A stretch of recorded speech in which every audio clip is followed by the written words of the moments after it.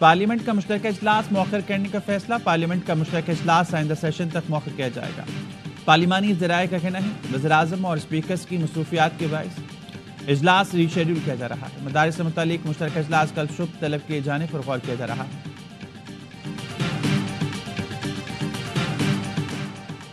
سڑکیں جام، بجلی غائب، پانی بند، کراچی میں نظام زندگی درہم برہم۔ کراچی کے مختلف علاقوں میں بدترین ٹریفک جیم، سائٹ ایریا منگو پیر روڈ، گارڈن، ناظم آباد کی سڑکیں شام 5 بجے سے 8 بجے تک بند نہیں۔ ابھی بینک چورنگی پر ٹرک الٹنے کے باعث ٹریفک جیم رہا۔ ناظم آباد نمبر 1 پر بجلی پانی کے عدم دستیابی کے خلاف علاقہ مکین نے تار جلا کر سڑک بند کی۔ احتجاج کے باعث سڑک کے دونوں طرف ہزاروں گاڑیاں پھنسی رہیں۔ موقع دیکھ کر ڈکیتوں نے ٹریفک میں پھنسے شہریوں سے لوٹ مار کی۔ ٹریفک پولیس سڑکیں کھولنے کا دعویٰ کرتی ہے۔ اس کے بتاؤ تاکہ میں اس کو پیسے بتاؤں کہ بھائی اتنے پیسے جو ہے وہ آپ کو ہر ہفتے دینا ہوگا۔ 10 کم کرا دیں بس 25,000 روپے۔ کراچی میں درخشاں تھانے کے ہیڈ محرر نے جرائم کے اڈے کھلوانے کے ریٹ مقرر کر دیے۔ گیسٹ ہاؤس، ڈانس پارٹی، چائے کیفے سب کے الگ الگ ریٹ مقرر۔ ہیڈ محرر کی رشوت خوری کی ویڈیو سامنے آ گئی۔ کہتا ہے پیسے دیتے رہو، جو کام کرنا ہے کرو۔ ویڈیو سامنے آنے پر ڈی آئی جی ساؤتھ نے ہیڈ محرر کی معطلی کا حکم دے دیا۔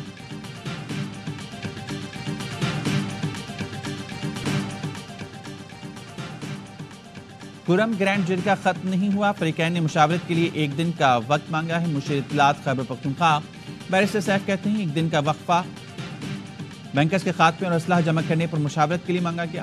امن یقینی بنانے کے لیے سوشل میڈیا پر غیر ضروری پروپیگنڈے سے اجتناب کیا جائے۔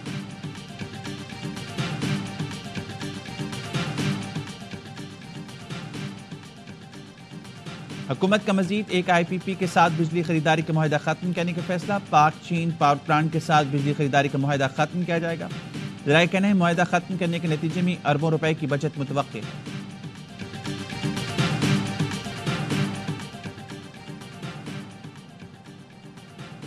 پنجاب کو دنیا بھر کے لیے تجارت اور سرمایہ کاری کا مرکز بنائیں گے۔ چینی حکومت کی سیاسی بصیرت اور ترقی ہمارے لیے مشعل راہ ہے۔ وزیراعلیٰ پنجاب مریم نواز کا چین میں پنجاب بزنس کانفرنس سے خطاب، کہا پاکستان اور چین کے درمیان مضبوط شراکت داری کے خواہاں ہیں۔ چینی تاجروں کو پنجاب کے سرمایہ کاری کے لیے سہولت فراہم کریں گے۔ موسمیاتی تغیر سے نمٹنے کے لیے چین کی پالیسیاں بہت اہم ہیں۔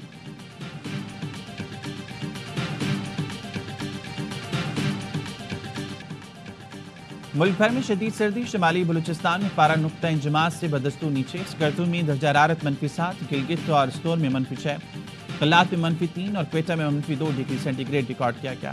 اسلام آباد 1 ڈگری، پشاور 2، لاہور 4، کراچی میں 10 ڈگری سینٹی گریڈ ریکارڈ کیا گیا۔